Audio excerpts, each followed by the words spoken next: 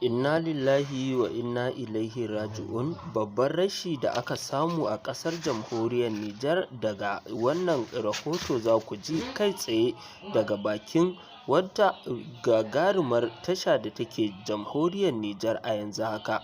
To masu sauraro sai ku saurara ku ji abubuwan da suke wakana. Kansu a harin da aka yi a yanzu kuma sai dai mu ce inna lillahi wa inna ilaihi raji'un. Mu kara da cewa inna lillahi wa inna ilaihi raji'un. A yau an gudanar da sallar wato jana'izar sojojin Nijar da suka rasa rayukansu a harin da aka yi yunkurin kaiwa wato wanda aka kai a talabijin. Rahotanni sun tabbatar da cewa sojoji 18 ne suka rasu ciki har da jagororin